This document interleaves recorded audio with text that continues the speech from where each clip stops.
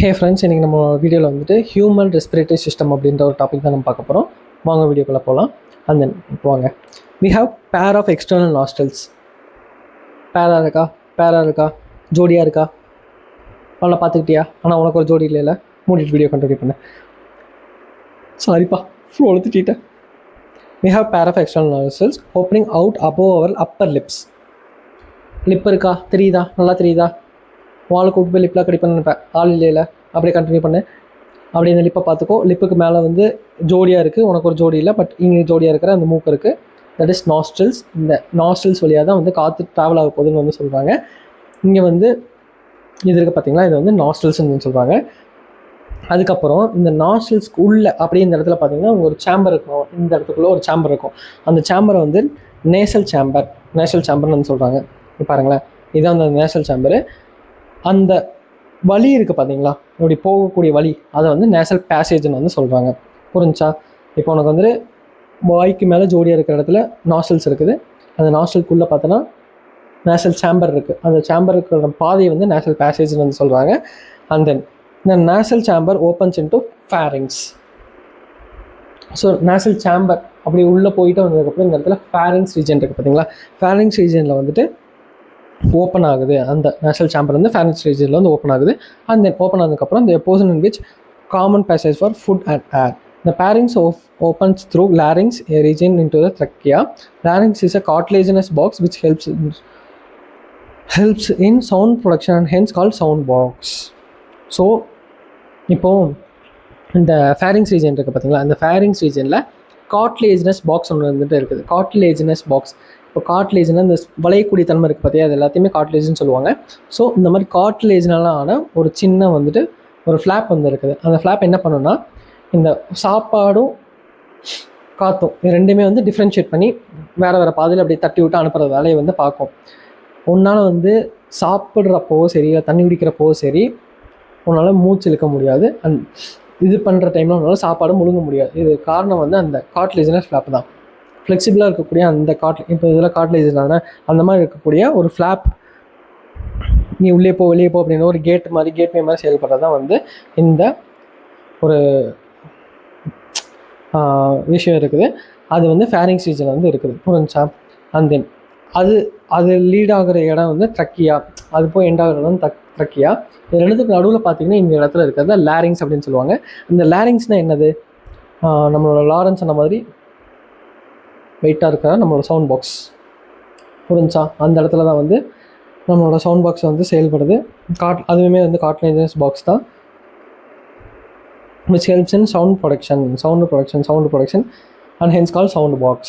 Then during swallowing, glottis can be covered by a thin elastic cartilaginous flap called epiglottis, which prevents the entry of food into the larynx. So இதுதான் நான் முன்னாடி சொல்லியிருந்தேன். இந்த கிளாட்டிஸ்ன்னு சொல்லப்படுறதான் வந்து நம்மளோட திக்காக கிடையாது, தின்னாக இருக்குது. ஏன் தின்னாக இருக்குது? தின்னாக இருந்தால் தான் அப்படியே வந்து அந்த தொண்டை பகுதியில் வந்து எல்லாமே வந்து அந்த நாக்கு அது மாதிரி எல்லாமே சாஃப்டாக இருக்க பகுதி. ஸோ அந்த இடத்துல வந்து இப்படி எலும்பு இப்படி இப்படி கட்டியாக இருக்க முடியாது, தின்னாக தான் இருக்கும். ஸோ கிளாட்டிஸ்ன்னு சொல்லப்படக்கூடிய அது தின்னான எலாஸ்டிக் ஏன் எலாஸ்டிக்காக இருக்குது? ஃப்ளெக்சிபிளாக இருக்கணும்.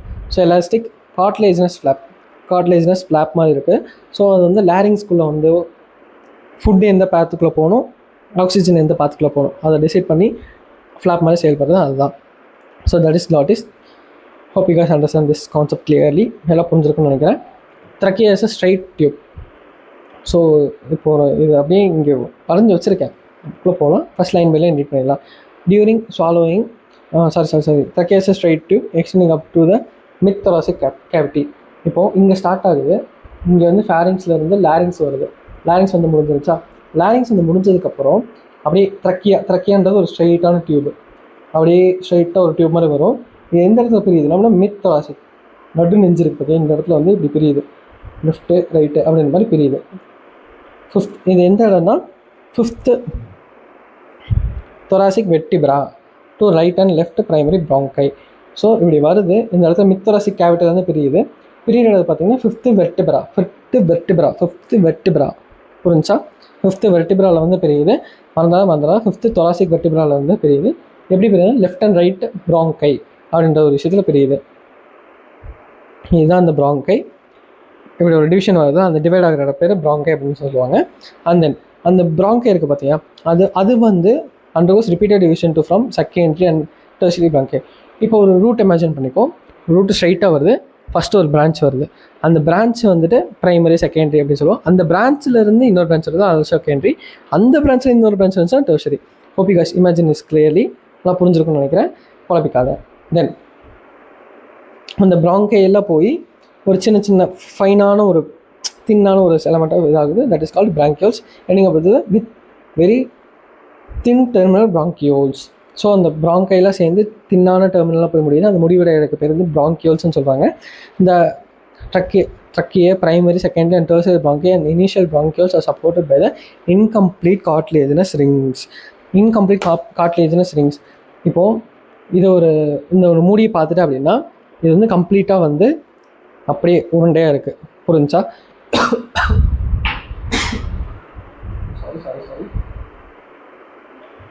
இப்போது இந்த கட்டிங் பிளேட் இமேஜின் பண்ணி பாரு. இந்த கட்டிங் பிளேட் இமேஜின் பண்ண அப்படின்னா இந்த இடத்துல கம்ப்ளீட்டான ஒரு சர்க்கிள் வரல, அப்படியே பாதியில் வந்து நிற்கிது. இதே இந்த மூடி கம்பேர் பண்ண அப்படின்னா அது வந்து ஃபுல் சர்க்கிளாக இருக்குது. இந்த இடத்துல இந்த காப்பு பாரு, இதுவுமே வந்துட்டு ஃபுல் சர்க்கிளாக இருக்குது. பட் இந்த இடத்துல இந்த கட்டிங் பிளேட் வந்து அப்படியே பாதியில் இருக்குது, இந்த சி ஷேப்பில் இருக்குல்ல. ஸோ இந்த மாதிரி இன்கம்ப்ளீட்டான கார்ட்லேஜனஸ் ரிங்ஸ். கார்ட்லேஜன் ரிங் வந்து இன்கம்ப்ளீட்டாக இருக்குது. இந்த டயக்ராமில் பார்த்தனால தெரியும், கார்ட்லேஜன் ரிங்ஸ் வந்துட்டு இன்கம்ப்ளீட்டாக இருக்குது. ஸோ இந்த மாதிரி இன்கம்ப்ளீட்டாக இருக்கிறது எந்த இடத்த வரைக்கும் இருக்குது, இனிஷியல் ப்ராங்கியோல்ஸ் வரைக்கும் இந்த மாதிரி இன்கம்ப்ளீட் ரிங்ஸ்னால ப்ரொடெக்ட் பண்ணப்படுது. ஏன் அப்படின்னா இப்போது இங்கேருந்து ஸ்டார்ட் ஆகி ஏர் ஃபுல்லாக ட்ராவல் ஆகுது. இந்த ஏர் ட்ராவல் ஆகிற இடத்துல எந்த இடத்துலையுமே அப்படி கொலாப்ஸ் ஆகிறதோ இல்லை அப்படியே பர்ஸ்ட் ஆகிறதோ இல்லை எந்த காற்று லீக்கேஜோ இருக்கக்கூடாது. ஸோ இந்த மாதிரி ப்ராப்பராக போய் ஆல்வியோலில் போய் சேரணும். அந்த ஆல்வியோலில் சேர்க்குற வரைக்கும் ப்ராப்பரான ஒரு பைப்லைன் வந்து இருக்கணும். அந்த பைப்லைனுக்கான ஒரு ஸ்ட்ரென்த்து கொடுக்குறதா இந்த ரிங்கு, கார்ட்லேஜனஸ் ரிங்ஸ். ஸோ அதனால தான் இனிஷியல் ப்ராங்கியோல்ஸ் வரைக்கும் இருக்கிறது நம்ம கார்ட்லேஜனஸ் ரிங்ஸ். அதுக்கப்புறம் இருக்காத காரணமும் ஆல்வியோலேருந்து ஃப்ளெக்சிபிளாக வந்து ட்ரான்ஸ்போர்ட் பண்ணணும், அதனால தான் அந்த இடத்துல இல்லாமல் இருக்குது, புரிஞ்சா? தென் each terminal bronchioles gives us rise to a very thin irregular walled, regular colour irregular walledனா இந்த மாதிரி வந்துட்டு ரெகுலராக இல்லாமல் இர்ரெகுலராக அது கண்டமேனிக்கு வந்துட்டு இந்த மாதிரிலாம் இருக்கும், புரிஞ்சா? இது வந்து ஸ்ட்ரக்சரல் ஆர்கனைசம் அந்த சாப்டர் இருக்குது பார்த்தீங்களா, அந்த சாப்டரில் வந்து இருந்த போர்ஷன் டெலீட் பண்ணிட்டாங்க. எதுக்கு தான் டெலிட் பண்ணாங்கன்னு தெரியல, இதெல்லாம் நல்ல கான்செப்ட், டெலிட் பண்ணிட்டாங்க. ஸோ இர்ரெகுலர் வால்லேருந்து வாஸ்குலரைஸ்டு பேக்ஸ் கால்டு ஆல்வியோலை. ஆல்வியோலைன்ற ஒரு சின்ன சின்ன அந்த பாலித்தீன் கவர் பார்த்தீங்கன்னா அந்த மாதிரி இருக்கக்கூடிய பேக் தான் வந்து நம்மளோட ஆல்வியோலைன்னு சொல்கிறாங்க. இந்த branching network of bronchioles alveoli comprises the lungs. So இந்த மாதிரி ப்ராங்கியோல்ஸ் ஆல்வியோலை இதெல்லாம் சேர்ந்தது நம்மளோட லங்ஸ், புரிஞ்சா? Then we have 2 lungs. நமக்கு வந்து 2 lungs இருக்குது, ஜோடியாக இருக்குது. Okay, fine. We have 2 lungs which is covered by a double layered pleura with the pleural fluid between them, which reduces the friction on the lung surface. The outer pleural membrane is close contact with the thoracic lining, whereas the inner pleural membrane is in contact with the lung surface. So இப்போது இந்த டயக்ராமில் வந்து உங்களுக்கு சொல்லியிருப்பேன், இது எலும்பு இருக்குது பார்த்தியா, எலும்பு இருக்குது. இன்னும் சிம்பிளாக சொல்லணும் அப்படின்னா இப்போது இந்த டிஷர்ட் இருக்குல்ல, இந்த டிஷர்ட்டோட அவுட்ரு பார்ட் பார்த்தா அப்படின்னா என்னோடய அட்மாஸ்பியரோட இன்ஃபெக்ட் ஆகிட்டு இருக்குது. ஆனால் இன்னொரு பார்ட் என்னது, என்னோடய இன்னர் சைட் ஆஃப் டிஷர்ட். இந்த inner side of the T-shirt என்ன பண்ணுது, அப்படியே என்னோட தோலோட தோல் ஒட்டி இருக்குது, என்னோடய ஸ்கின் கூட அது ஒட்டி இருக்குது, அவ்வளோதான், புரிஞ்சில்ல? உள்ளே இருக்கிற பகுதி வந்து என்னோடய இன்னர் பார்ட், அதாவது என்னோடய ஸ்கின்னோட இன்ட்ராக்ட் பண்ணிட்டு இருக்குது இன்னர் பார்ட் ஆஃப் டிஷர்ட். இதே outer part of the T-shirt வந்துட்டு என்ன பண்ணுது, இந்த அட்மாஸ்பியரோட இன்ட்ராக்ட் ஆகுது. அதே மாதிரி தான் இந்த ப்ளூரல் மெம்பரேன் இருக்குது பார்த்தீங்களா, இந்த ப்ளூரல் மெம்பரேன் ஒரு டிஷர்ட் மாதிரி இமேஜின் பண்ணிக்கோ. இந்த ப்ளூரல் மெம்பரேன் வந்துட்டு அவுட்டர் சர்ஃபேஸில் வந்து இந்த ரிப் கேஜ் அந்த போன்ஸ் இருக்குது பார்த்தீங்களா, அதோட வந்து இன்ட்ராக்ட் பண்ணுது. அண்ட் இன்னர் சைடு வந்துட்டு ஆல்வியோலை இந்த இன்னர் பார்ட் ஆஃப் ஸ்டப்ஸோட வந்துட்டு இன்ட்ராக்ட் பண்ணுது. இது எதுக்கு இப்போ இருக்குது அப்படின்னு உங்களுக்கு தேவை அப்படின்னா, இப்போ நீங்கள் ட்ரெஸ் எதுக்கு போடுற, உன்னோட மானத்தை காப்பாற்றுறதுக்கு, உன்னோட அழகை ஃப்ளெக்ஸ் பண்ணிக்கிறதுக்கு இதுக்காக போடுறோம். அதே மாதிரி தான் இந்த ப்ளூரல் மெம்பர் இருக்குது பார்த்தீங்களா, இது வந்து உராய்வுத்தன்மை ஃப்ரிக்ஷன் இருக்குது பார்த்தீங்களா, இந்த மாதிரி இல்லாமல் அது நல்லா ஒரு ஃப்ளெக்சிபிளாக ஒரு இந்த எலும்பும் அந்த மசில்ஸும் வந்து இன்ட்ராக்ட் ஆகி பர்ஸ்ட் ஆகாமல் இருக்கிறதுக்கோ, டேமேஜ் ஆகாமல் இருக்கிறதுக்கோ, அந்த இந்த மாதிரி நிறைய ஸ்டெப்ஸுக்காக, ஃபிக்ஷன் வந்து கொண்டு கொடுக்கறதுக்காக, நிறைய ஃபிக்ஷன் இருக்குதா, அந்த மாதிரி இல்லாமல் ரொம்ப சாஃப்டாக ஸ்மூத்தாக இருக்கிற மாதிரி இருக்கிறக்காண்டி இதுக்கு எல்லாத்துக்காக தான் அந்த மாதிரி ஒரு இது வந்து கொடுத்துருக்காங்க. இப்போ சார் இந்த சட்டர்லாம் பார்த்தீங்கன்னா க்ரீஸ் தேய்ச்சி வச்சுருப்பாங்க. எதுக்கு அப்படியே இந்த லூப்ரிகேஷன் கொடுத்து ஒரு மாதிரி ஸ்மூத்தாக போயிட்டு வரக்காண்டி, அந்த மாதிரி ஒரு ஸ்மூத்னஸ்க்காக தான் அந்த ஃப்ளூயிட் இருக்குது. நல்லா புரிஞ்சிருக்குன்னு நினைக்கிறேன், நல்லா கிளியராக எக்ஸ்பிளைன் பண்ணியிருக்கணும்னு நினைக்கிறேன். தென் அப்புறம் அடுத்து போகலாமா? இந்த part starting with the external nostrils up to the terminal bronchioles. External nostrils வந்து terminal bronchioles is constituted the conducting part, whereas the alveoli and their ducts form the respiratory or exchange part within the respiratory system.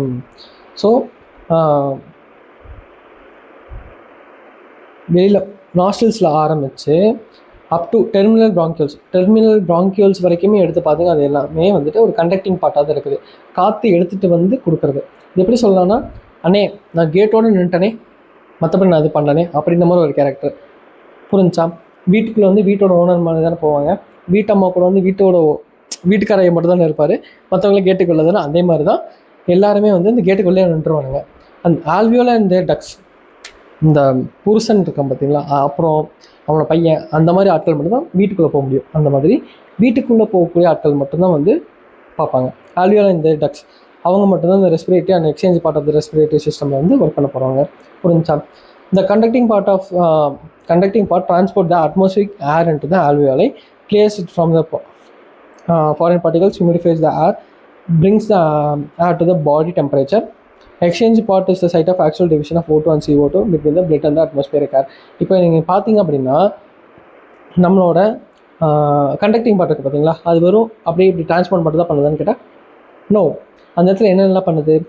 இப்போ நீங்கள் வந்து இப்படி ஒரு கூலான பிளேஸில் இருக்கீங்க. இப்போ நான் என்னோட சுற்றி இருக்க டெம்பரேச்சர் பார்த்தீங்கன்னா ஒரு அரௌண்ட் 23 இருக்குது. 23 எனக்கு வேணுமான்னு கேட்டால் கிடையாது.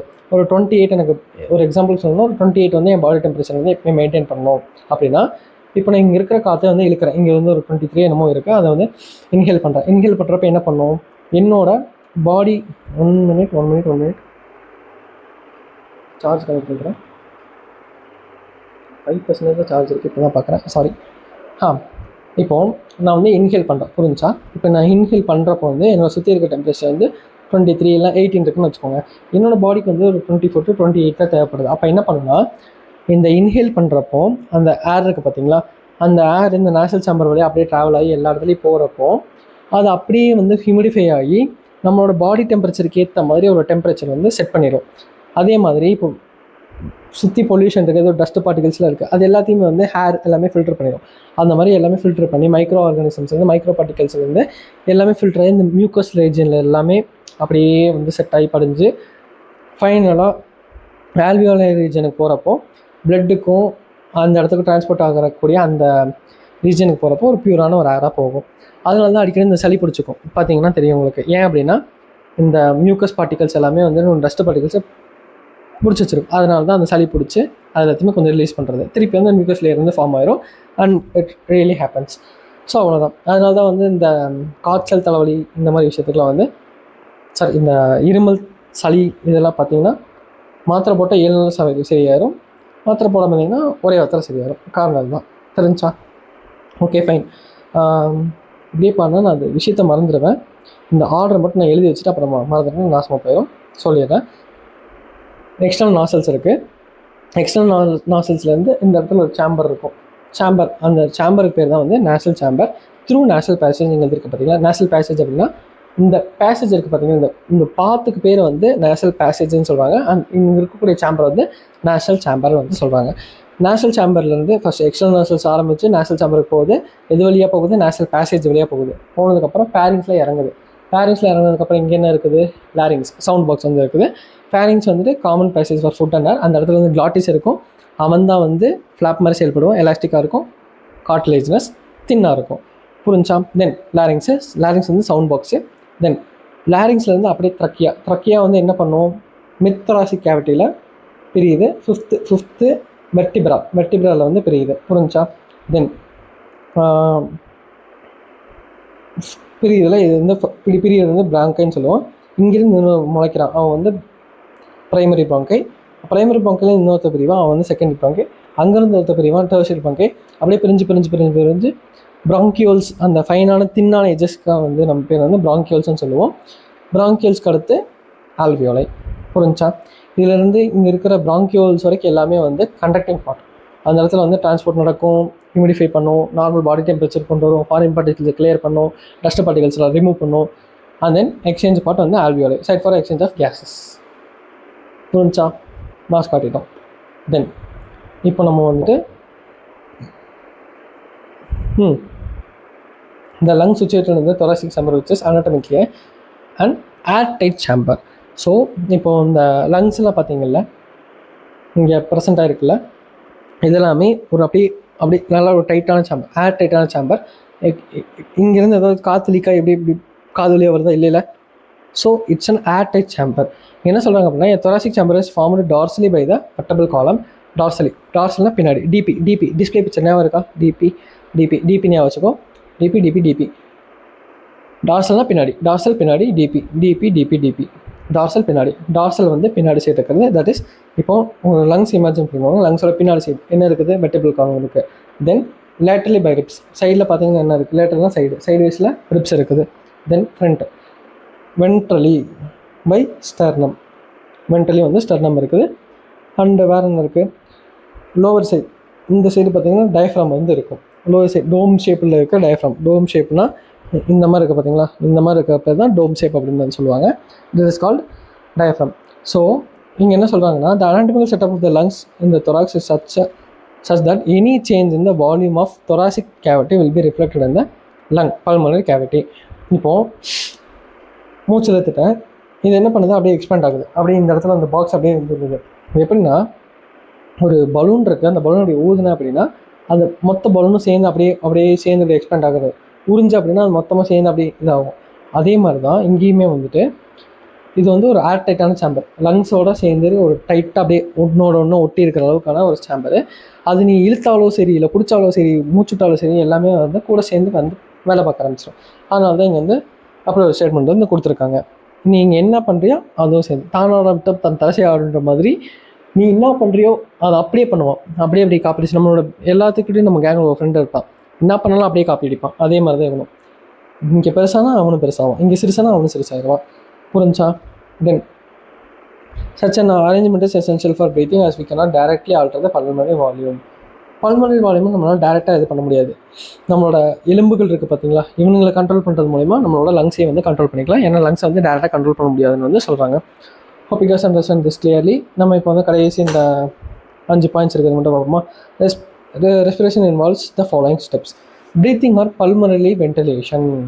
ஒரு கொஷின் பேப்பரில் வந்து கேட்டிருந்தாங்க, பல்மனரி வென்டிலேஷன் அப்படின்னு கேட்டிருந்தாங்க. பல்மனரி வென்டிலேஷன்னா பிங்கிலி பிப்பிலாப்பி அப்படின்ற மாதிரி தெரியல அப்படின்னு சொல்லிட்டு என் ஃப்ரெண்டு எடுத்துகிட்டு வந்துட்டான். நோட் பண்ணிக்கோ, பல்மனரி வென்டிலேஷன் கேட்பாங்க. ப்ரீத்திங்னு கேட்கலன்னா பல்மனரி வென்டிலேஷன் கேட்பாங்க. அவங்க வந்துட்டு அப்படின்னா என்ன, pulmonary ventilation what is it mean அப்படின்னு சொல்லி யோசிச்சுக்கூடாது. பல்மனரி வென்டிலேஷனும் ப்ரீத்திங்னாலும் ஒன்று தான். Breathing or pulmonary ventilation by which atmospheric air is drawn in and the CO2 rich alveolar air is released out. இப்போ ப்ரீத்திங்னா என்ன, ஃபஸ்ட்டு பாயிண்டில் அதை சொல்லுவாங்க. ப்ரீத்திங்னா என்னன்னு தெரிஞ்சுக்கும்.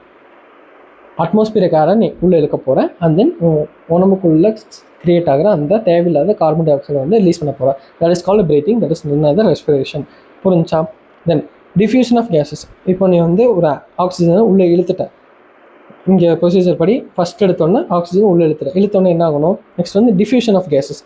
ஆக்சிஜனும் CO2 ஒரு பிளட் லெவலில் இருந்து லங்ஸ் லெவலில் இருந்து பிளட்டுக்கு போகிறதோ, கார்பன் டை ஆக்சைடு அங்கேருந்து ரிட்டர்ன் வரது வந்து அங்கே பிளட் செல்ஸ்லேருந்து லங்ஸுக்கும் வந்து டிஃப்யூஸ் ஆகணும். அப்படியே ஒன்றோட ஒன்று அப்படியே ஸ்மூத் ட்ரான்ஸ்லேஷன் வந்து நடக்கணும். அதுதான் வந்து second point. Then transport of gases by blood. இப்போது கார்பன் டை ஆக்சைடு இங்கேருந்து இப்படி வரணுன்னாலும் சரி, ஆக்சிஜன் இங்கேருந்து அப்படி செல்ஸ்குள்ளே எடுத்துகிட்டு போனாலும் சரி, டிரான்ஸ்போர்ட் நடக்கணும். ஃபஸ்ட் என்ன பண்ணுற, ப்ரீத் பண்ணி உள்ளே இழுத்துட்டோன்னே ஆல்வேலை போனால் அந்த இடத்துலேருந்து டிஃப்யூஸ் ஆகணும். டிஃப்யூஸ் ஆகி இருந்தது பிளட்டுக்கு எடுத்துகிட்டு போகுது. பிளட்டு இங்கேருந்து எங்கெல்லாம் தேவை இருக்கோ அங்கெல்லாம் வந்து ஆக்சிஜனை போய் டிரான்ஸ்போர்ட் பண்ணணும். டிஃப்யூஸ்னா O2 and CO2 between the blood and tissues. So எந்த இடத்துலலாம் வந்து இப்போது ஒரு எக்ஸாம்பிளுக்கு மூளைக்கு வந்து பிளட் தேவைப்படுது.